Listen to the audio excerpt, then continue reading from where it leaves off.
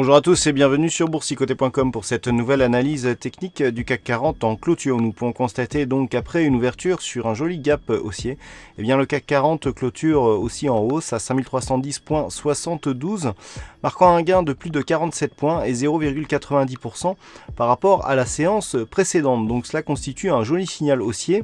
On avait presque ici une étoile du matin la semaine dernière.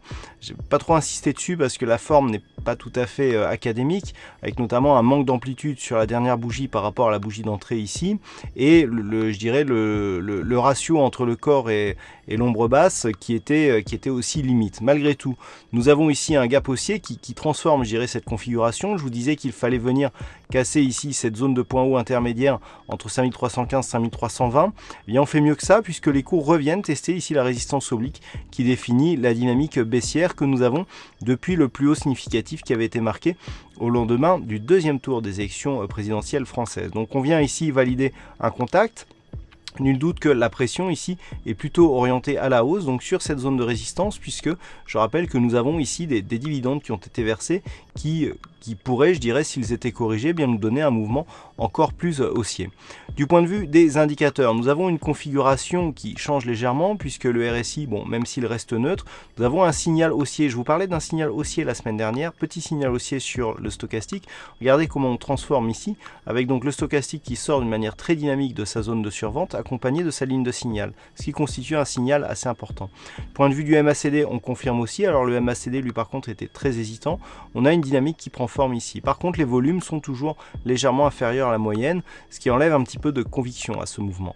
Malgré tout, nous avons donc un gap haussier suite à l'apparition ici. Alors, nous avions un premier gap ici baissier, un deuxième gap ici puisque nous avions vu qu'il n'avait pas été comblé, donc on avait, c'est ce qui pouvait indiquer ici que nous avions une phase de retournement, même si l'étoile du matin ici était un petit peu limite dans sa configuration. On confirme ici avec donc ce gap qui n'est pas comblé, qui englobe totalement la moyenne mobile 20 exponentielle, donc on repasse d'une évolution ici qui se faisait sous cette moyenne mobile 20 exponentielle, on le voit bien notamment sur les dernières bougies, en gap ici cette moyenne mobile, et on vient directement ici sur la résistance oblique qui définit la dynamique court terme. Donc là c'est assez intéressant. Maintenant il faut confirmer. Toutefois, il y a des signaux qui, je dirais, qui affaiblissent un petit peu ce mouvement haussier, à savoir le fait que l'on ait une ombre haute ici aussi développée, le fait que l'on n'ait pas beaucoup de volume, le fait que l'on reste ici d'une manière assez dynamique sous cette résistance. Donc il faudra confirmer sur les prochaines séances un test un peu plus appuyé, voire une cassure de cette résistance pour définitivement sortir. Et la dynamique serait définitivement interrompu quand les cours viendront casser ici à la hausse les 5372,40 points, donc point haut de la bougie du 2 juin. Tant que nous sommes ici sous ces niveaux, au mieux ici, tant qu'on ne casse pas cette zone de résistance horizontale, on est sur une phase de neutralisation de cette dynamique baissière.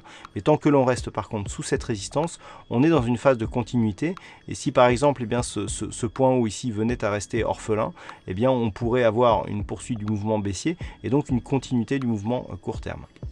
Voilà ce que l'on peut dire donc sur cette analyse technique du CAC 40. Alors du point de vue, nous avions un fixing aujourd'hui, c'est Bono qui gagne sur cette session, bravo à toi Bono. Et pour ce qui est des statistiques, alors nous sommes sur des statistiques encore une fois assez partagées pour demain. Toutefois, sur 30 cas significatifs, nous avons 53%, c'est-à-dire 16 cas qui sont plutôt orientés à la hausse, donc on le voit, c'est vraiment très partagé. À un cas près, on était à 50% exactement. Et enfin, sur les statistiques à 5 jours, il semblerait que ce soit plutôt à la baisse que s'orientent les statistiques, un petit peu comme d'ailleurs la statistique que nous avions pour aujourd'hui, avec donc un mouvement haussier sur la prochaine bougie, mais suivi d'une baisse ensuite, ce qui traduit quelque part, même d'un point de vue statistique, le manque de conviction qu'il y a dans le mouvement du jour, malgré ici ce gap haussier qui est assez important, qui englobe des zones techniques importantes et qui reste non comblé. Voilà donc ce que l'on peut dire sur cette analyse technique du CAC 40.